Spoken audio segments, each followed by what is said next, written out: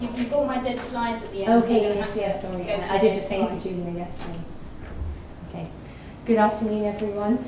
I'd like to thank the organisers for giving us the opportunity to present our work today. I'm going to talk about fatigue in primary Sjogren syndrome and cytokines.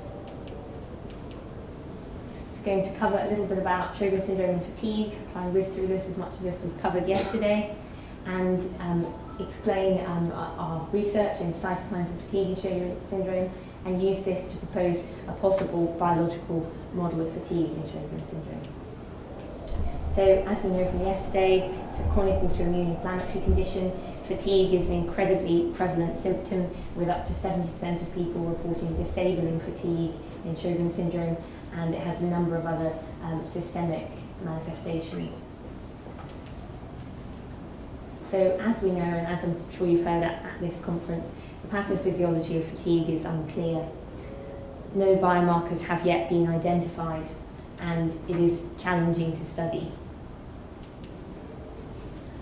We think that there may be a possible immunological or inflammatory basis to this, and this is because the phenomenon of post-infectious fatigue, the fact that it's incredibly common in a number of autoimmune diseases, and the fact that a huge body of research has suggested that there is some immune dysregulation of some sort in patients who have ME or chronic fatigue syndrome. There is a concept of sickness behaviour, which I'm going to explain on my next slide. And from this, there's been a lot of focus on cytokines and fatigue. However, there are multiple other theories of fatigue, and we've heard about a lot of them today. And I think it's very possible that there's a combination of many different things interacting. So this is just a brief slide to sort of show that the concept of sickness behaviour. I'm not sure how many of you will be familiar with this, but this was sort of first described in the 1980s in terms of fatigue. Actually, the concept, I think, was around sort of for a long time before that. And it was first shown in mice after injection of bacterial endotoxin called lipopolysaccharide. And what they found when they injected this into mice, this is a sort of inflammatory trigger that gives a cytokine cascade, sort of immune response, is that these mice exhibited this very sort of stereotypical behaviour, which they termed sickness behaviour. And this behaviour consisted of fatigue, lethargy, disinterest in food, disinterest in interaction with other mice. And this behaviour was thought to be evolutionarily adaptive at the time of an infection, because if sort of you think about it, you have an infection, you want to essentially curl up, conserve energy, not be sort of exposed to potential predators who you might be sort of more vulnerable in a kind of unwell state, and it would again sort of stop you from potentially eating food that may be poisoned, that you may have got the infection from in the first place. So this is all thought to be evolutionarily advantageous behaviour, sickness behaviour. It's worth pointing out that this is in acute fatigue, and as I said, in the context of infection, and the method that was proposed is that inflammatory cytokines can cross the blood-brain barrier to cause this behaviour. However, I believe this is not fully understood, and obviously this type of fatigue is different to the persistent chronic fatigue that we see within chronic illnesses, but this is a sort of an animal model of fatigue. So what we wanted to look at was to use Sjogren syndrome as a model of fatigue. As I've already said, fatigue is a huge problem in Sjogren syndrome, as this recent paper by Phi has shown, and also we have on this UK primary Sjogren syndrome registry quite sort of clear biological clinical information, and there's clear diagnostic criteria which help us in this study here. So this is a sort of brief outline of the method. So we had 159 Sjogren's patients, 28 healthy controls. They were all female. They filled in the profile of fatigue questionnaire. And we also measured 24 cytokine levels, and I'll explain which on the next slide. And we also had clinical and demographic data. We then looked at cytokine differences between the Sjogren syndrome group and the controls. And then we looked at the main bit of the analysis was the next two bits, which essentially look at cytokine level and fatigue level and see what the relationship is there. And also then we looked at the logistic regression model to essentially identify the things that predictors is in inverted commas potentially the wrong word, but it's sort of things that there are associated with fatigue. So these are the cytokines that are measured. I wouldn't focus too much on this. A lot of cytokines can do both pro and inflammatory actions, and this is just very sort of broad brush strokes. A lot of them could actually be in the middle, but there's not so much space there in the middle, as you can see. And just to say, I think it was said yesterday, so cytokines are molecules in the blood that are part of the immune response, and we all have them in our blood and we all need them. So this is to show the demographics. So we classified the Sjogren syndrome patients into minimal, mild, moderate and severe fatigue based on the score in the ProFAD physical fatigue score, and that score has actually been validated for use in Sjogren syndrome, and that was the reason we used that score. And just to show you, we didn't find any baseline differences in the patient's age, in their disease duration, their symptom duration, their BMI, their seropositivity data, and then also we didn't find any differences in the medications that they were taking. So some patients with Sjogren syndrome take hydroxychloroquine or prednisolone, and this could interfere with the cytokine levels, so we wanted to factor that in. And this is what we found. So of those 24 cytokines, these 4 were significant, and these 4 are IP10, which is interferon gamma producing protein, and interferon gamma, lymphotoxin alpha and TNF alpha. And we've got the controls in green, and then we've got the fatigue groups sort of getting more fatigued as you go to the right in blue in Sjogren syndrome. And this is potentially a little bit counterintuitive to what you might think, in that as fatigue level is increasing, the levels of these 4 cytokines, which are pro-inflammatory cytokines, is actually decreasing. And I know that it's not, it's perhaps a slight eye of faith, but I think it's probably most clear on the one on the top left there. But it was significant in all cases, and there is a slight decrease. Then we performed logistic regression, which is essentially, so we had a lot of data about on these patients. And what this model does is you take in all the information you have, including the levels of all 24 cytokines, white cell count, CRP, measures of clinical disease activity, as well as patient-reported depression, anxiety and pain. We took all of that sort of information in to see if the computer could then predict the fatigue level based on all of that and see if it was correct. And using all of that information, in 67% of cases, it could predict the level correctly, which is not bad. But what we wanted to do is to see, well, which of all of those things are actually, sort of helping with those predictions, which are, the bits that are actually sort of jettison the bits that aren't helpful to the model, to try and strip it down and find out the most important factors. And so we played around with it a little bit, and we came up with this reduced model, which actually only uses IP10, interferon gamma, pain and depression alone, and it actually predicted it with the same accuracy. It could predict fatigue level, and this doesn't necessarily mean that these are predictors of fatigue, but it means that they have helped in that prediction and that they could be associated with it, and that the other things, perhaps, at least in the context of this model, are less important. It's also worth mentioning we actually looked at a number of other sort of just looking at cytokines, just looking at pain and depression, just looking at various things, and found that this was the best sort of predictor. And actually, if you used depression, pain, anxiety alone, that was not at all as good at predicting fatigue level. When you used just the cytokines alone, that was also not as good, and so it was the combination of both that worked best. So in terms of interpretation of these results, so as fatigue increases, certain pro-inflammatory cytokines decrease, and that these factors seem to influence the fatigue model in our model here. So from this, we've sort of proposed a potential model of fatigue, and this is very much a sort of a schematic and hypothetical. So this is a slightly more sort of complex model than the one I initially showed you, which essentially you've got an immune challenge, immune response, inflammatory pathway, and you have inflammation and it's some kind of we don't really know exactly what, but an adaptive behavioural response, which, as I explained earlier, is sickness behaviour, and then recovery, and that's all fine and good in the context of acute fatigue and an infection, but that there is something different going on in chronic conditions such as chronic fatigue syndrome, Sjogren syndrome, and many others.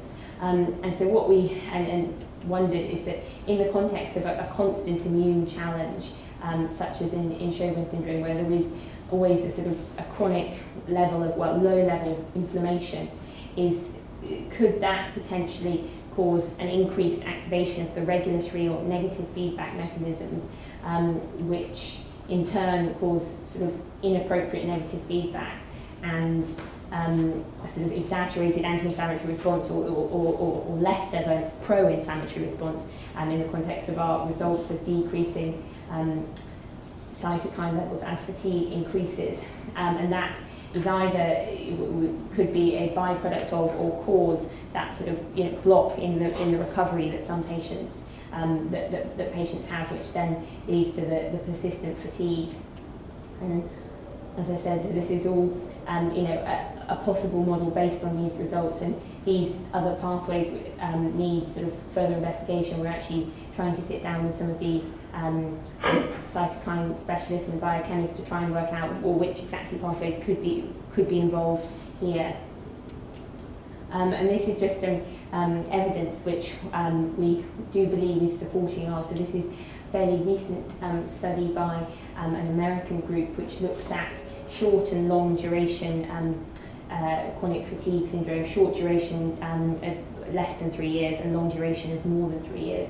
And controls, and they had about 300 patients in each of these short, long, and controls, and they actually found that a number of pro-inflammatory cytokines were actually in all cases displayed here lower in the group of chronic fatigue patients who had chronic fatigue syndrome for a long time, and it sort of doesn't directly support, but it could suggest that perhaps there is a temporal process going on that means that maybe initially there's higher level of inflammation, but that over time that the inflammation is decreasing, at least as they found here. And then again, another slightly older study by a Dutch group, which again looked at people who had sort of adolescents actually who were newly fatigued. Sorry, just to look here, who had chronic fatigue syndrome. And who were not fatigued and fatigued. So not fatigued, so healthy individuals who answered that they were not fatigued. They had fatigue, but they didn't have a diagnosis yet of chronic fatigue syndrome. And then on the far side, those who had a diagnosis of chronic fatigue syndrome. And as you can see, that the levels of IL-6 and TNF-alpha were actually lower in those who had chronic fatigue syndrome, and then IL-10, which is can do a lot of things, but typically anti-inflammatory, was higher in the chronic fatigue syndrome group. And so in terms of limitations, as I think we discussed yesterday, cytokines can fluctuate widely. We're looking at a single point in time here. We're looking at just females, and we'd ideally like to repeat this in another cohort. And as I said, it's a very speculative model. But in conclusion, as I've said, we found these changes, and further work is required to look at these anti-inflammatory pathways to see if they do have a role in fatigue. I'd like to thank the Sjogren's group in particular, Vi, Dennis, Jess and Kate, all of the MRG, as well as our sponsors here, and thank you for listening. I'm happy to take any questions.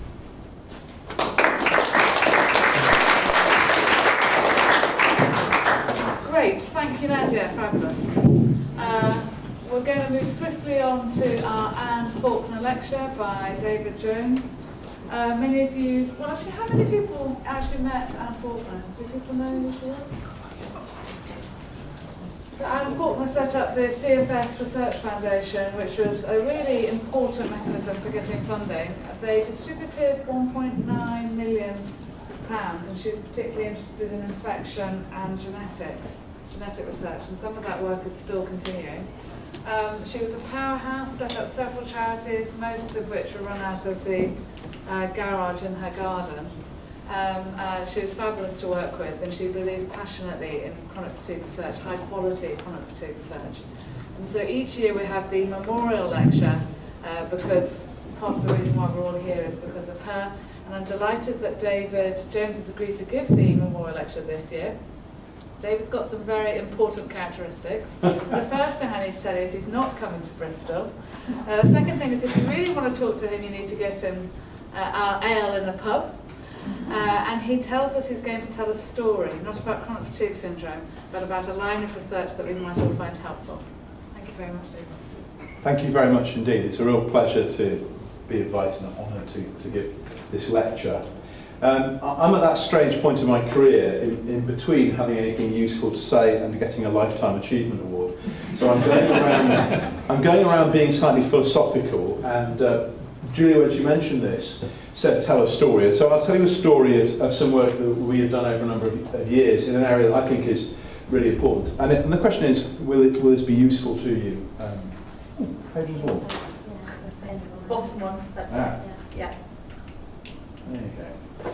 So, is this interesting and useful to you? And this is around fatigue in a liver condition called primary biliary cholangitis, formerly known as primary biliary cirrhosis. Its name was changed last year by Patient Power because they didn't like the name cirrhosis, and we in the academic community supported them. Really interesting story of patient empowerment. So that kind of gives you a flavour of the way in which we operate.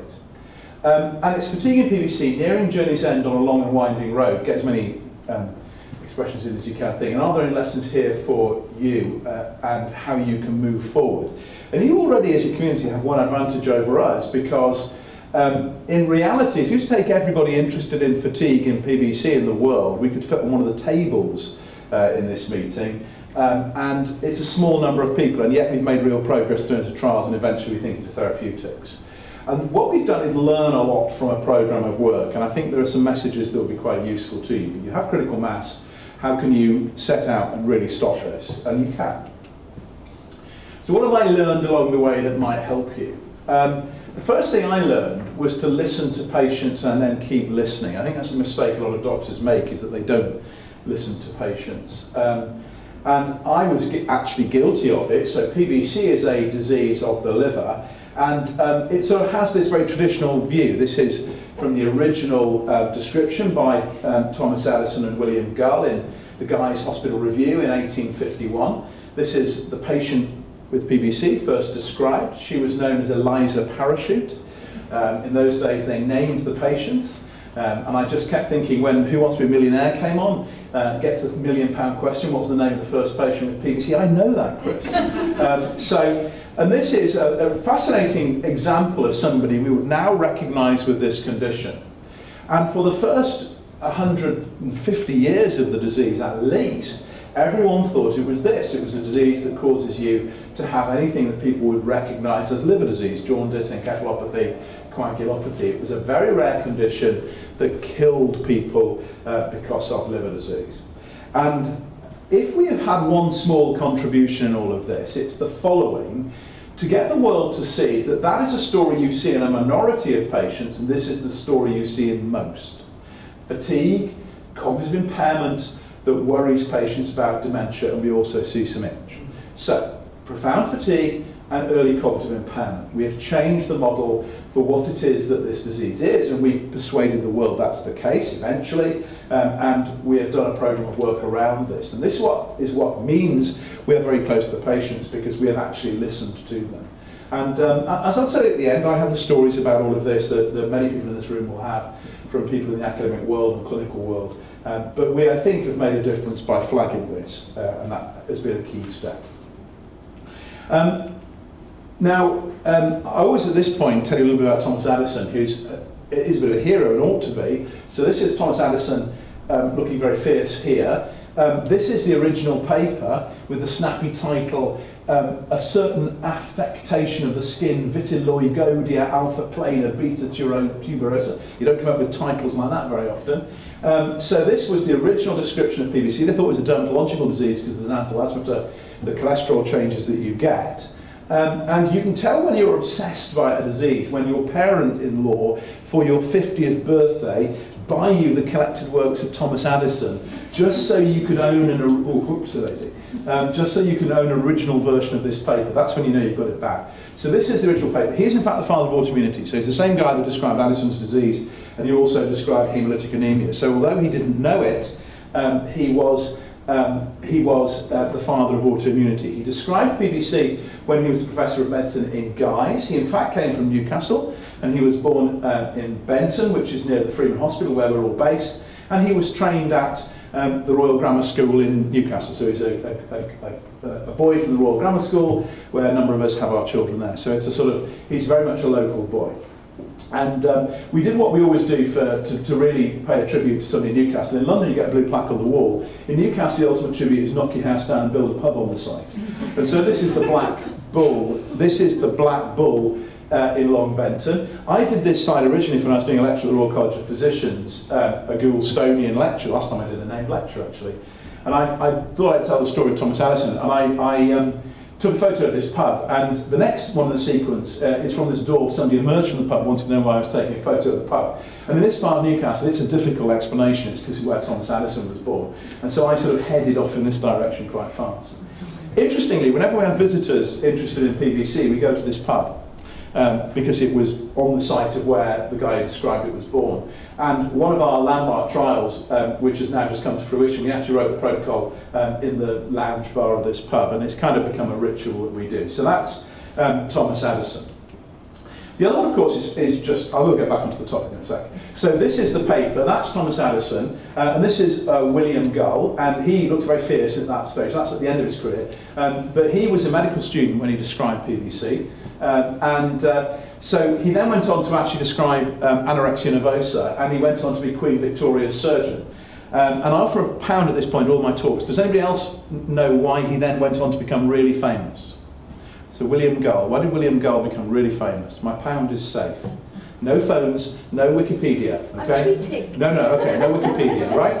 And the answer is he was thought to be Jack the Ripper. So this is the book From Hell. No mistaking what that's about, and this is William Gull, and there was a theory that Jack the Ripper was a surgeon, and in fact it was William Gull. So PBC was described by the father of autoimmunity and by Jack the Ripper, and I will never probably really be able to compete with that. Okay.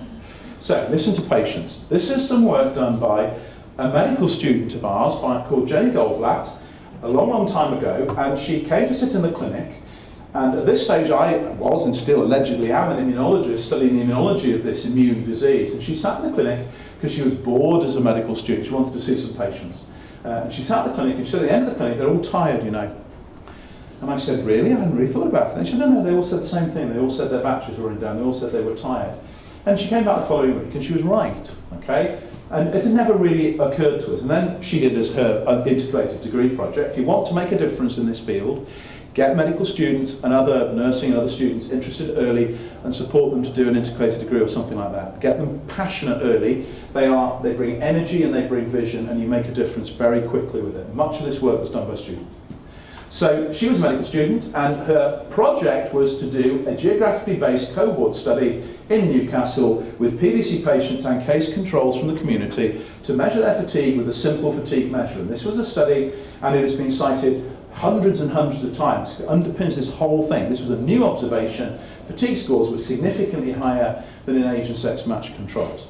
You see a lot of fatigue in the community, you see a lot of fatigue in PBC patients, you see a lot of fatigue in the northern community, but you see a greater level of fatigue. And this is it, this is what started all the rest of it.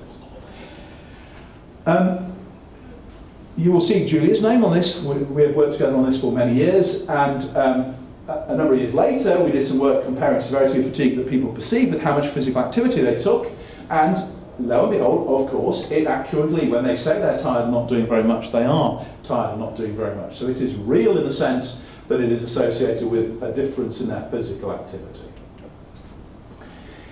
It's been an interesting experience. What I learned with all of this, numbers bore people to tears, and so you can show lots of bar graphs, but after all, we all get bar graph fatigue. And I now do a lot of work with NIHR, and I learned a long time ago that there is a world of qualitative research to go with quantitative, and words are very powerful. Words will not convince the FDA to license your drug, so you need numbers, but words will convince people. And these are the words of a patient called Tilly, who wrote this piece that was eventually published in the BMJ, and sadly she died a little while ago of something not related to her liver disease at all, but she was a great friend and supporter of ours. And she actually wrote this as a rebuttal to a grant for the trial we're just about to finish, where one of the reviewers said, fatigue can't possibly be bad enough to warrant it being treated, the sort of thing that you'd be very familiar with. And we thought, how on earth do you rebut this? And rather than presenting yet more bar graphs, we went to the patients, and Julie will remember this well, we went to the patients and got them to write their stories, and we put 15 stories into rebuttal and sent that back to the NIHR, and that they accepted it and supported the grant. And we thought it was too important not to leave it at that point, so we published it. So she, actually, Tilly, was a patient who was returnable in the ref because of the quality of her research and the journals that she published, and it was great. The problem with fatigue is that it's hidden. I don't look different from other people when I say I'm tired, and they tell me how tired they are, and if I try to explain the difference, they don't understand what I'm talking about. When I was first diagnosed, my GP told me I'd never get any sympathy, as I would always look reasonably well, and my symptoms would have no impact on other people's understanding of my life. The fatigue that I and my fellow patients contend with is mind-numbing. You feel as if you were in a fog. You can hardly lift one foot in front of the other. Everything is so difficult. You go shopping and then cannot unpack the groceries, so the frozen food defrosts and has to be thrown out. Very powerful. And I always show this to humanise the numbers, because numbers are very dry. So we listen to patients, and we still listen to patients, and it guides everything that we do. And going in this direction is the most important thing I think I've ever done in terms of achieving something. So second point is quantification is key. Measuring it is critical. Develop standard tools, get everybody to use the same tools, and get the FDA to agree that they're the right tools. FDA and EMA ultimately decide whether treatments are licensable if they're drugs. So have that dialogue early, get people to develop and use a standard. It doesn't matter whose standard it is, just use a standard in the field. Remember when people like me stand up and give you a story that we've been through, it's all written in hindsight. So many of the things that we've done that were important didn't appear to be important at the time, but it's kind of giving that wisdom. And this is probably the most important piece of work we did, which was the development of a thing called the PBC-40, which is a disease-specific health-related quality of life measure for PBC. It was radical. It remains the only disease-specific quality of life measure there is in liver disease, but it became the tool that everybody uses. Every single trial in this field uses this measure. It means quality of life and symptoms and everything. 95% of all trials in PBC have used this measure. In the whole of fatty liver disease, which is another liver disease very topical at the moment, fewer than 5% of all the trials ask about symptoms. So we changed the landscape by making it freely available. We don't charge any money for it. We give it away to people. It's owned by the patients group. And it is the only tool that anyone uses, and everybody uses it. It is also important because this was funded by the National Lottery, and it is the only piece of research I have ever done in my life that my mother has been remotely impressed by. So because it was a National Lottery grant, I was officially a good cause. And so therefore she was really impressed by it. A couple of years ago I appeared in the Daily Mail in a good way, and she was quite impressed by that, but this really cut it. So the PBC-40 was essential. It's been a lovely thing afterwards. My favourite PBC-40 story is when an Italian group decided to devise the PBC-27 and then charge us to use this. The PBC-20 was cunningly the PBC-40 with 13 questions taken out of it. And I liked the fact that we were then supposedly be charged to use it, and I likened it to taking the album Sgt. Pepper by the Beatles, removing the track Sgt. Pepper and claiming it as my own work. So we've had great fun with it, but a single universally used and universally accepted measure was critical. And if you do devise it, universities hate you for this, give it away because you want people to use it. And that was probably such an important decision, and we did it for the right reasons, and it absolutely worked. When you have this measure, you can then start to look in detail at it, and when you sort of look at the PBC-40, what you can see is it has a variety of domains. So fatigue actually is the major factor in the experience of patients, but it's complicated. There are other things such as cognitive symptoms, and then really important issues around social and emotional dysfunction. So social isolation symptoms are also very important. Fatigue is the big one, but it's complicated by other things, and that's been key to where we go. Point number 3, data equals power, cohorts are key. When I started in PBC, PBC is a rare disease. There are about 18,000 patients in the UK. When I started, we did 100-person studies and we were really proud of ourselves. The derivation of the PBC-40 was the first 1,000-person study in PBC, and we are just pulling together the first 10,000-person study. That gives you a power in terms of the amount of information. It allows you to look at the variants of the disease that allow you to stratify, as we'll come to in a second. So, a big commitment to develop very large cohorts, phenotype them, and keep them going. UK PBC, which is the one that does this in PBC, we now have something like 7,000 members. We have something like half of the UK population, and it is enormously hard work to keep that going, but it gives us a level of data that is absolutely unparalleled. That, together with the tools, is what's cracked this open. When you take this, all of a sudden, this is a pilot study using this of 2,500 patients. This is mega data, and what you can do is you can ask people to the extent that they feel their quality of life is impaired, and a third think it's, they strongly agree or agree their quality of life is impaired. And we have focused on this group in terms of symptomatology. The rest of the group have their other challenges, but we have focused on this group, and it's allowed us to really drill down. But when you have half of the patients in the country, nobody can argue that this is a problem, because there is no issue of sample size, because the national population is pretty much the sample. And those are the, as I said, this data then allows you to split up the individual symptoms. You can look at the interrelationship of the symptoms. This is some work that's just come out, which I think is really important. And so if you take people's perception of quality of life with PBC, and you ask them the factors that are important in it, what comes out basically is 4 things. One is fatigue, of course, it's the #1 symptom. But there is also anxiety and depression. But we'll come back to that in a second, because that is a consequence of people's experience. But the really key one is social isolation. Okay? This is the next symptom we didn't spot. I didn't spot fatigue, I didn't spot cognitive symptoms, and I didn't spot social isolation. But what determines whether your fatigue makes your life quality poor or not is the quality of your social interactions. And in a sense it's obvious, but like many things, doctors miss it.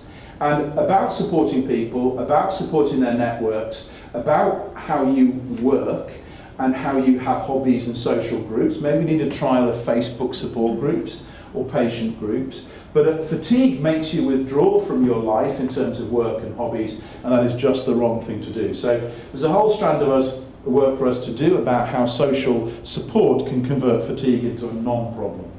So it isn't always necessary to attack fatigue, it's to attack what fatigue does to you. Number 4, if fatigue doesn't fit the disease model, it may be the disease model that's wrong. And much of what I read about and see in CFS, people are arguing about the disease model, and I think that's the wrong way around. Go where the answer is. And if fatigue doesn't fit the disease model, think about the disease model. Everybody wants to hammer the square peg through the round hole.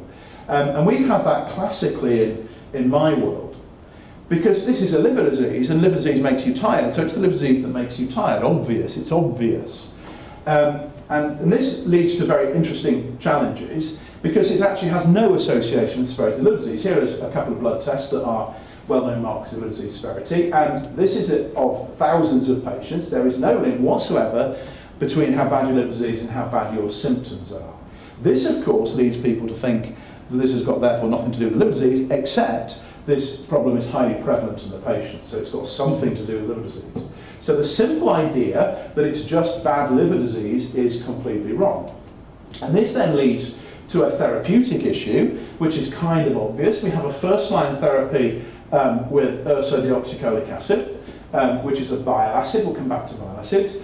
But if you look at people who are on that and responding to it, and not on that, or not on that and not responding to it, their fatigue severity is identical. So the disease severity doesn't dictate your tiredness, nor does how well you respond to the main treatment. So it isn't the liver disease at all. It doesn't even get better with a liver transplant. I mean, we replace your liver, and your liver is new. Amongst females, it's mainly a female disease. Non-transplanted PBC patients and transplanted PBC patients have the same severity of fatigue, and the men are actually a little bit worse after liver transplant. So it is an associated disease severity. It doesn't get better with simple treatment. It doesn't get better even with a new liver. And just to sort of complete it all, this is the new data with a drug called obeticholic acid, which is a game-changing drug in terms of the disease. This allows me to say, probably for the only time in my career, my paper in the New England Journal of Medicine from a couple of weeks ago, So this is a game-changing drug for the disease, but this has no impact on the symptoms. So wherever you slice and dice it, the disease doesn't drive this, and yet the symptom is of the disease. So we've got to think again about our disease model. It isn't a simple connection. There's a lesson there for when you think about simple mechanisms. It isn't simple. Which leads on to the real key one, which is that it is complicated, so celebrate that complexity, understand it. And your very large cohorts of patients allow you to stratify. Our funding is from the MRC, to whom I'm internally grateful. And their MRC funding is in stratified medicine. It allows us to take thousands of patients and split them into groups. And once you can split them into groups, you can understand the biology in those different groups. If you take 100 people and there are 4 different types of the disease that you don't know are different types, you will never spot that in 100 people. In 10,000 people you will. And this is where stratified medicine and mega cohorts come in. It allows you to. A classic example is we discovered that this is a problem particularly of young people. Young patients have worse disease. That was completely unknown until you have a cohort that's large enough to allow you to do that. It all then leads to the eternal question which we had: is fatigue in PBC a brain thing, or is it a peripheral thing? It's real, it's associated with disease. Is it muscle, or is it the brain? And of course, when Jenny came along and talked to the patients, they all said, I feel like my batteries are run down. I feel like I've just run a marathon after doing the housework. And that just screams out, this is a physical problem. And the words are very powerful for that. But the next patient will come along and say, I get terrible brain fog, and I forget so much I worry about losing my job. These are all real quotes from the last couple of weeks from patients. And that sounds terribly brain orientated. So the answer is, of course, it's both, and unless you understand that and can stratify into the different subgroups, you're going to get terribly confused about the different types of it. Now, as it happens, I think there's a common root behind it, but you have to realise that it's different in different people, and stratify. So what about the central side of it? Well, this is again some work from the big UK PBC consortium. We split this into people with severe fatigue, here in red, and people with mild or no fatigue, very large numbers again, and we looked for the presence of 3 features that this was what Julia did to identify the underpinning symptoms that went with it. And there are 3 things that go along in practice. There is autonomic dysfunction, very familiar to all of you, sleep disturbance and depression, and we looked at the extent to which these additional features go along with it. Now, 11% only of people with severe fatigue have none of those things. So 90% of people with severe fatigue have one or more of those, but 75% have none of them. So they are really part of it. Another interesting thing, depression on its own as additional feature was almost never there. This is not depression. Our patients are frequently depressed, but they are depressed because of the complex other symptoms they've got. And so it is a mixture of autonomic dysfunction and sleep. But those are the things we target in the clinic on a day-to-day basis that make a difference. So it is not depression, really important, but depression will change people's experience. But it allows people to label, which is not helpful. So autonomic is very important, sleep disturbance is very important. Of course, they are treatable. Daytime somnolence, this is actually really important, and this is something that we do on a daily basis. But if you look at daytime somnolence, what you'll find amongst PBC patients, there is a high level of daytime somnolence not present in the controls. So actually attacking sleep is a really simple thing that we can do. And we pioneered the use of a drug called modafinil, which has a bit of a bad name because it's a cognitive enhancer, beloved by American students. But in people who are losing their jobs because they fall asleep at work, it's game changing. So again, it's one of the simple things we do that help people. But look for fatigue associated with sleep disturbance. This is autonomic dysfunction. This is the transplant data I showed you before. But very interestingly, if you look at autonomic dysfunction in the same way, through the OGS scale, which is a simple tool we can all use in clinic, you find exactly the same pattern.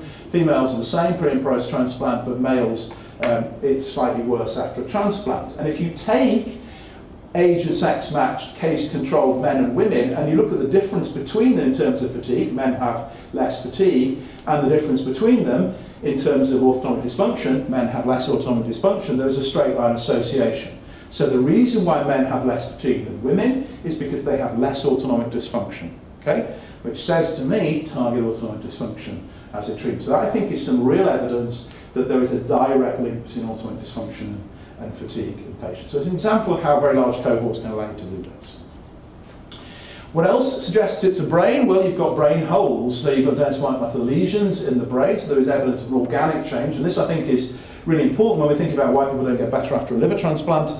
If you've got holes in your brain, you're not going to get better after a liver transplant. So I think it's evidence that there's an organic brain change going on in people.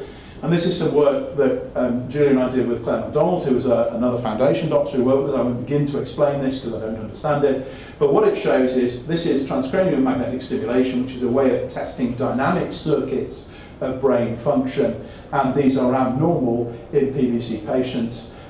Interestingly, that abnormality remains after transplant. So there is neurophysiological evidence that brain function is abnormal post-transplant. So it all feeds into brain, so anatomically normal, abnormal, functionally abnormal, and that's present after transplant. So it's the story pieces together. And then again, it's interesting that the autonomic dysfunction that we see in patients so very frequently is also associated with organic brain injury. So it seems to be a pattern that there's something wrong with the brain drives the autonomic dysfunction. If you like cytokines, and I'm still an immunologist at heart, so I quite like cytokines, this is some work in around sickness behaviour in cholestatic mice. So PBC patients have poor bile flow, which is cholestasis. And to cut a very long story short, you get inflammation in the brain associated with cholestasis that if you block TNF, allows you to block that effect. So there are animal models for this, which we'll come back to in a second. Now this is something that, again, Julie and I did a little while ago, which has become really topical now, and I'll come to the end of this story very shortly. But this was playing with this idea that there is organic brain injury, and this is around there being cognitive impairment, this central fog type symptom. These are the brain holes again. Interestingly, the number of lesions correlates with people's cognitive function and also with how autonomic they are. We do some organic testing of cognitive function. That's abnormal in the patients. It associates with perception of cognitive symptoms, and it gets gently worse over time. All evidence of an organic brain process which causes the brain fog type of fatigue. And this, as I say, we'll come right back to at the end. But how does this sort of deal with Jenny's, it feels like I've run a marathon and my batteries are running down? And this was very left field. So again, one of the bits of advice I would say to people is do different types of science. As an immunologist, we've already done derivation of a quality of life measure, qualitative research, and this is functional MR. And I went through transcranial magnetic stimulation as we went along. So I am not somebody who goes from one cytokine to another. I talk to people who do different types of science. And over my career, what's really made a difference is going completely left field. So do not stick in narrow areas. Talk to people who have different expertise. And I can't remember how this all came about, but this was to try and work out what was happening in the muscles of people who felt they were unable to exercise. And this is, again, to cut a long story short, you can use functional MR on muscles to be able to detect pH changes. This is what happens to normal individuals. When you exercise, your pH drops a little bit from slightly alkaline to about neutral pH. And in PBC patients, it is all over the place. So you get acid production in the muscles down to a pH of 6.6, which is close to lysing the muscles. So if you feel like you have just run a marathon with PBC, it's because biochemically in your muscles, it's like you've just run a marathon. So there is clearly a peripheral signal there. If you look at, it's partly about becoming acidotic in the first place. It's also about how you recover. So PBC patients are very slow to recover back to baseline with the pH. The people who are slow at recovering are the ones who are fatigued. And the reason why you are slow is that you are very slow to ramp up your recovery. So when you exercise and become acidotic in the muscles, then you will ramp up your capacity to recover and excrete the protons. And that's slightly abnormal in non-fatigue PBC patients, and that is in fatigue PBC patients a problem, and it's the same problem in chronic fatigue syndrome patients. So you are in PBC more likely to develop acidosis in your muscles, and you are much worse at coping with it. And you put it all together and do an area under the curve, this is what you see. So these are normal individuals. You develop pH changes in your muscles, but they go away very quickly. Non-fatigue PBC patients are abnormal, and fatigue PBC patients are really abnormal. So if you think about this, your muscles, for minutes afterwards, they are bathed in acid, and acid makes your muscles send a signal out that says you're fatigued. Why do people do this? Cut long story short, it's autonomic dysfunction. So I think this is how autonomic dysfunction causes fatigue. It does it through the homeostasis of energetics in the muscle. And again, just to show, I spend my life doing bits of science I don't understand. This is Julia and Kieran Hollingsworth's work on the imaging. And this is to show that you get the same abnormality in cardiac muscle. I like to explain this, that the heart normally works like wringing out a tea towel. It twists to squeeze and you lose that twist. So the muscle function in your heart is abnormal in the same way as it is peripheral muscle. That's important because you can't control voluntarily how your heart muscle works. So you have this systemic abnormality of muscle function. So you have clear-cut brain change and you have clear-cut muscle change. And of course, at the end of the day in PBC, this is all supercharged by the antibodies that you have in PBC, which are against a thing called pyruvate dehydrogenase, which is an energy-generating enzyme. So there is something about PBC, which is the disease itself, the antibodies, not the liver disease, and there is something about how the body copes with injury, which is the thing that I think is generic to something like chronic fatigue syndrome. Think really, really carefully about trial design. So I do lots of reinventions of myself, and about 5 years ago, I reinvented myself as a trialist, and now I'm seen as an expert in the field, but that really is H.G. Wells saying, you know, land of light, the one-eyed man is king. So I have no trials training, but we have become trialists because that's the way you get treatments into practice. Don't get mad about this condition, get even. And to get even, you have to have evidence that interventions work, and you have to therefore design trials and talk to licensing bodies. So why do I spend my time talking to the FDA? Because if the FDA don't approve the drugs we work on, we've wasted our time. So trial design starts to become really important, and I would emphasize the importance of having a dialogue really early in the process with regulatory bodies to make sure that you will gain the evidence that you want. This is our trial of rituximab as a therapy for the fatigue of PBC. It is in analysis at the moment. And it recruited 55 patients into a single centre trial. That's an astonishing level of recruitment. Why do we recruit so many people? Because this really, really, really matters to the patients. I think there's a model there that if you do the trials that patients want with patient input into the design of the trial, then those trials will be successful. So I don't know if this will be effective or not. What it is, however, is the first and only trial ever done in liver disease where fatigue is the primary endpoint. So the most important point about this trial is that it's a trial of fatigue. It says to the world that fatigue is important enough to treat, and we can do trials in it. So we have recruited and delivered the trial. Whether the drug works or not, we shall see with time. But we now have a framework, and we published the protocol so that other people could use this to do more fatigue trials in the future.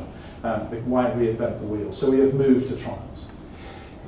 Now, going back to my brain thing, however, so that might work for the peripheral, but what about the brains? And this is, again, some really important data from earlier this year, which shows that if you do very clever MR in the brain, what you see is you get areas of the brain, across the brain, that are abnormal in PBC patients compared to controls. And the key thing about these patients is they are all within 6 months of the diagnosis of the disease. Okay? So these are new onset diseases.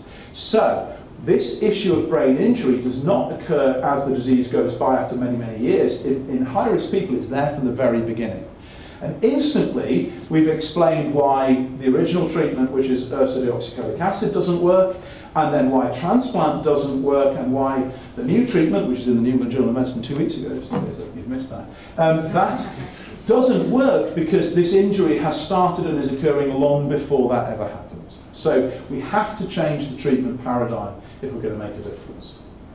Now, when we come back to trials, you have to have an endpoint, okay? And fatigue So FDA, I could tell you now, FDA are really sympathetic about symptoms. So we're also doing a strand of work around itch. I have had detailed discussions with the FDA about what a fatigue trial would look like. They are very sympathetic and supportive. They want to see patient impact data, of course, but they would like to see mechanistic data as well, because they worry about the placebo effect. So do not worry about taking trials of fatigue to the FDA. They want to see effective symptom treatments, but they want to see some biology. And so this measure, which is the magnetization transfer ratio, which is a measure of brain function on MR in a part of the brain, is very specifically associated with PBC in a suppressed form. It associates with the cognitive symptoms, the sort of brain fog type of fatigue. And interestingly, amongst the patients with a low putamen MTR, almost exclusively they have abnormality in cognitive function. So you're starting to identify a biomarker for early change in these patients that we can explore in trials. Trials of what? So I've said to you none of the drugs work, which is important, but this is a study that allows us to look at in animal models again, and we do very little animal work, but sometimes you have to be able to look at early interventions.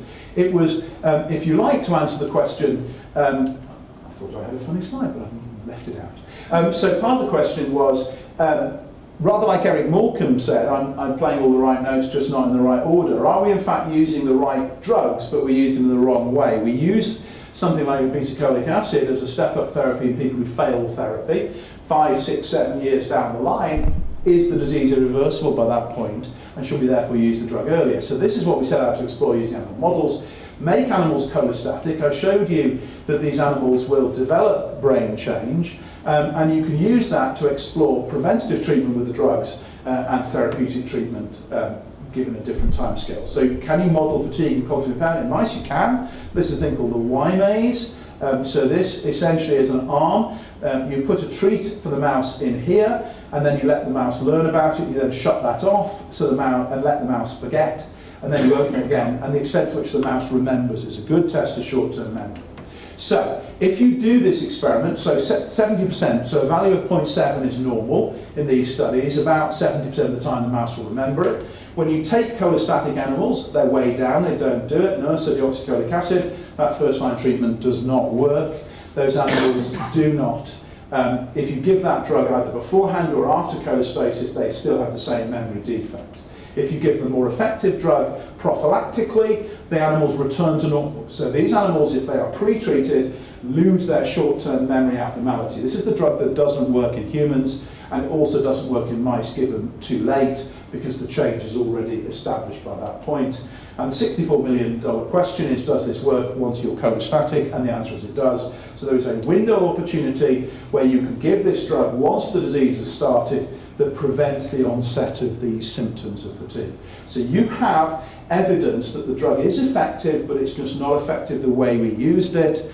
And so therefore, the obvious thing to do is to do an early intervention trial in young patients at high risk of fatigue using MR as an early response indicator. And that's our next big MRC project. And the change in these animals is profound. They return to normal. And we think this is very exciting as a way of dealing with the cognitive side of fatigue.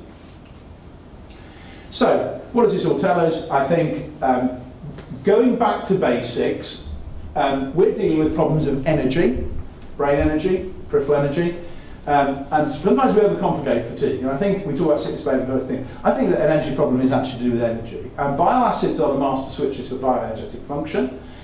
Is the common link between peripheral and central fatigue just energy? Is it brain and peripheral muscle energy abnormality behaves in different ways, but is it just energy? Would manipulating the energy balance through bile acids treat fatigue generically? That's what URSO is, and OCA. It's a bile acid regulator. And should we try OCA in CFS as a mechanism to alter fatigue? We're going to do it in PBC, in early onset patients who look a lot like CFS patients. I would, because it's a very safe drug. And I think the answer to these things is you have to be bold. You have to be bold, and you have to get industry interested to support these things. But ultimately, they will go after real opportunities. And I think you should think about this. It's very exciting. Last thing, grow thick skin. Okay? Everyone will be familiar with this. Okay? So, You couldn't make it up. This is my life as a fatigue worker in PVC, right? I don't believe fatigue is real in PVC. That's the starter. Belief, I thought, was for religious people. Scientists look at evidence, but belief comes into fatigue. You'll be familiar with that. I never see it in my patients. That's because you never ask your patients, because I know your patient data, because I've got the UK PVC data. It's just as prevalent in those clinic settings where the clinicians never see it than it is in the settings where people do. People are only fatigued because you tell them. Now, I guess I'm reasonably charismatic, but I can't tell people how they feel. I'm not that good at talking to people. So, and that's of course complete nonsense because it's the same all over the country. But you know, and people just don't want to believe it's a real issue.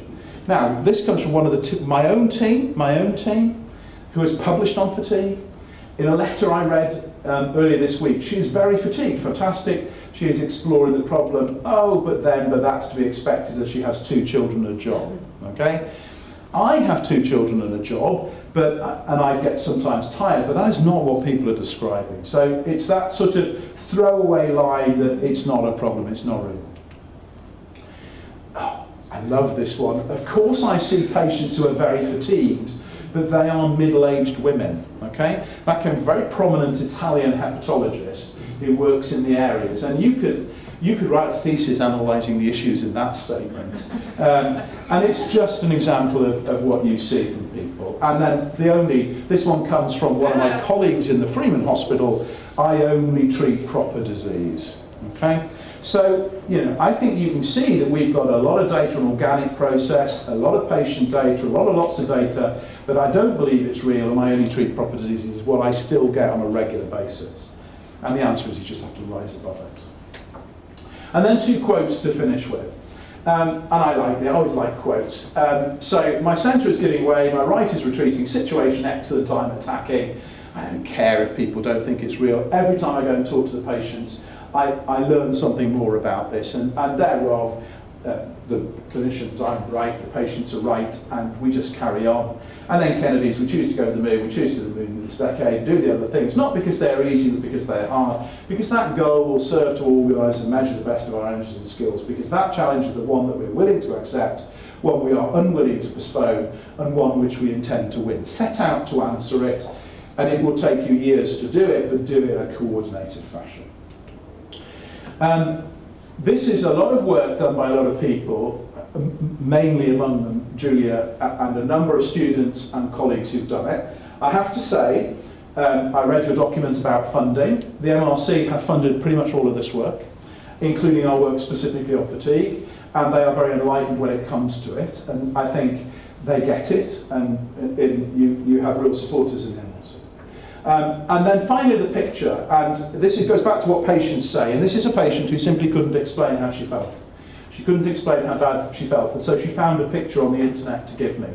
And this is a picture of how she feels, and I show this picture whenever I talk about PVC, because we can get excited about magnetization, transfer ratios, and intracranial stimulation and things, but it comes back to the patient words and it comes back to patient lives. So this has been I'm like a dog with a bone on this. It's such a big problem, but by a series of sequential steps and the key bits in the middle, we are now doing trials, we are now showing benefit, and we have a program which I think will, before too long, transform the lives of patients. And I think we made mistakes along the way, and you can learn from those mistakes, but you get everybody together and the common purpose, you can do the same thing. So thank you very much for inviting me.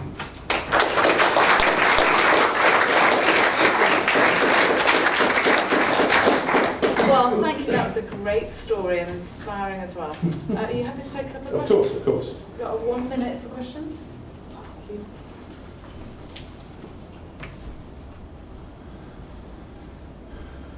It's a fascinating story. So 2 things. So Yeah. the damage to the brain, the bile salts can damage the blood-brain barrier, and is the blood-brain barrier damaged?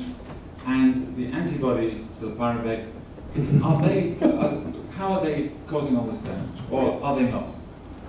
So the evidence. So the answer to bile acids in the brain. So we have 2 strands. One is we're doing some brain imaging work on, as you might imagine, on the samples, and it would appear the metabonomics would appear to suggest it's a very disrupted brain bile acid profile. Okay.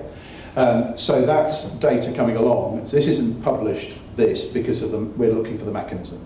What I can tell you is that there is strong evidence that bile acids are disturbed in the brain in this situation, and that is reversed by therapy, and there is no cytokine signal. Okay? So there is no cytokine signal at all. Now there's a reason why the OCA would work on cytokines, but it doesn't. So I think that the evidence points to a direct bile acid effect in the brain.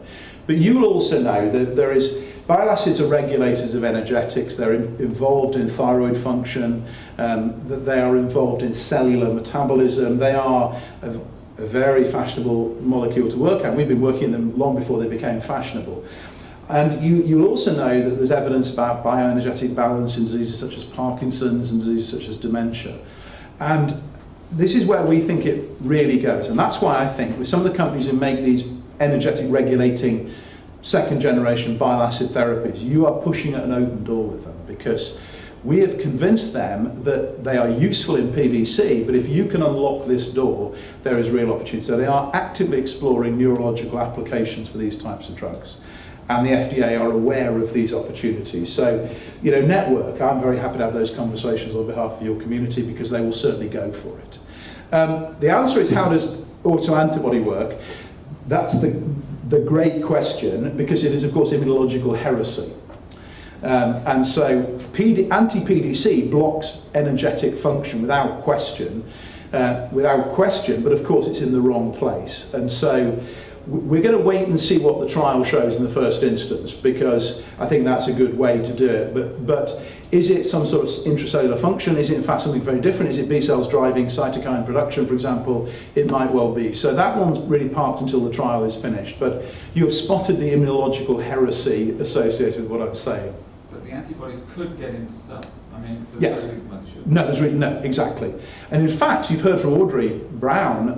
This will be very familiar to A lot of the work that we started doing on muscles was to try and characterise whether antibodies got into the cells to change bioenergetic function. So it's a really interesting question. But immunologists foam at the mouth when I suggest that. But it's an association with it. But what I think is important is that there is no peripheral versus central argument here. I think it's a complex system which is perturbed in different ways, and you have to understand the people in whom the predominant processes are different. But they are. It's like looking at an elephant from the front or the back. It looks very different, but it's one elephant.